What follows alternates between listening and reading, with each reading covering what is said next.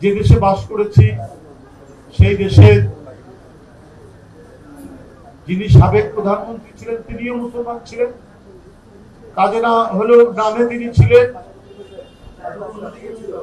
এবং কথায় কথায় একবার বলেছিলেন যে মদিনার চার্টার অনুযায়ী দেশ চালাবেন। সেটা আমরা কি দেখলাম? সেটা আমরা দেখলাম তার এক মন্ত্রীর 140টা বাড়ি লন্ডনে, তার বাড়ি থাকার পরেও তার ছেলে মেয়ের নামে পূর্বাচলে 60 কাঠা জায়গা। ছোট্ট উদাহরণ দিই, সরকারি জমি 72 বিঘা চট্টগ্রাম বিমানবন্দরের পাশে নেওয়া হয়েছে, সেখানে 30টা বাংলো বাড়ি তৈরি করা হবে সরকারি। জনগণের টাকা একেবারে মুড়ি মুড়কির মতো উনি ব্যবহার করেছেন প্রস্তুত করার জন্য। একেবারে অনুৎপাদনশীল বিভিন্ন খাত তৈরি করে টাকা শুধু লুট করার জন্য তিনি এই কাজগুলো করেছেন, যার কোনোই দরকার ছিল অথচ কত গুরুত্বপূর্ণ খাত হয়েছে। একটা মানুষ অসুস্থ হলে, গরিব মানুষ, তার বিনামূল্যে চিকিৎসার কোনো সম্ভাবনা নেই এই দেশে, ধুকতে ধুকতে মারা যাবে। কত মানুষ করোনার সময় বিনা চিকিৎসায় মারা গেছে। প্রয়োজনীয় অক্সিজেন এবং অন্যান্য ঔষধ সামগ্রী সরবরাহ করতে পারে, অথচ বাংলো বাড়ি নির্মাণ করার জন্য সরকারি পয়সা, ভর্তি করার জন্য যে পয়সা খরচ করা হয়েছে সেটা বলা কঠিন, বলা খুব মুশকিল। সবগুলো যদি বলতে যায় তো দিন রাত পার হয়ে যাবে। আমি শুধু সরকারকে বলতে চাই, আমার কেন জানি মনে হচ্ছে ভেতর থেকে গভীর চক্রান্ত চলছে। আমরা আমাদের এই বয়সে আমরা কিছুটা পাকিস্তান আমলও দেখেছি, তখন ছোট, তখন তো মাজার আক্রমণের কথা শুনিনি, তখন তো আমরা মাজারের কোন লাশ পুড়িয়ে দেওয়ার কথা শুনিনি। এখন তো আরো এগিয়ে যাওয়ার কথা দেশ। আজকে হঠাৎ করে এই কাজগুলো কেন হচ্ছে? এটা শেখ হাসিনা করতেন, বিএনপি ক্ষমতায় থাকলে বিএনপি পাকিস্তানপন্থী দল, বিএনপি কি বলে ইসলামী জঙ্গিদেরকে প্রশ্রয় দিচ্ছে, এই অপতথ্য এবং অপপ্রচার করতেন। এই অপতথ্য অপপ্রচার করার পরেও উনি এটা কোনোভাবেই প্রমাণ করতে পারেন যে ভাই আমাদের উপর বিপদ আসে, আমরা দেশেই থাকি, আমাদের নেত্রী দেশেই থাকে। মিথ্যা মামলায় 5-6 বছর তিনি নির্যাতনে কারাবন্দী অবস্থায় থাকেন। আমরা কোন পন্থী দল নই, আমরা বাংলাদেশ পন্থী দল, বাংলাদেশ জাতীয়তাবাদী দল। আপনারা কি পন্থী আপনারা নিজেরাই প্রমাণ করেছেন।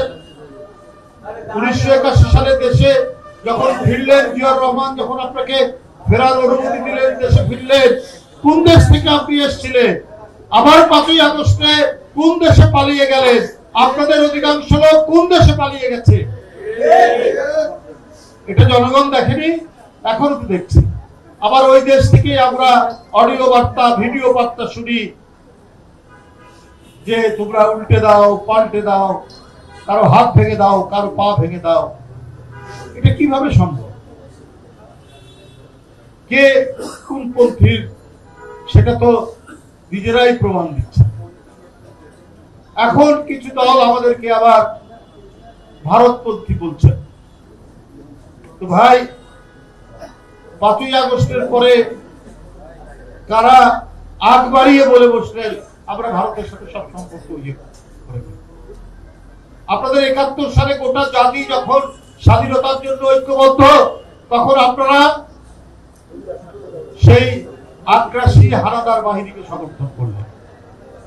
আপনারা এখন বিএনপিকে বলেন আরেকটু। যাই হোক, বিভিন্ন রাজনৈতিক দল থেকে বিভিন্ন পন্থী করার পরও তারা নিজেরা নিজেদের কর্মকাণ্ডে প্রমাণ করেছেন ওরা বাংলাদেশ পন্থী নয়, এই দেশের মানুষের পন্থী নয়। বিএনপি এই দেশ, এই জাতি, এদেশের মানুষের আবহমান কালের সংস্কৃতি এবং এদেশের মানুষ যে গণতান্ত্রিক চেতনায় বিশ্বাস করে, আমাদের অতীত ঐতিহ্য থেকে যেটা রয়েছে সেটাকেই লালন করে বিএনপি। বন্ধুরা আমার, তাই আমি বলতে চাই, আবার যখন এই ধরনের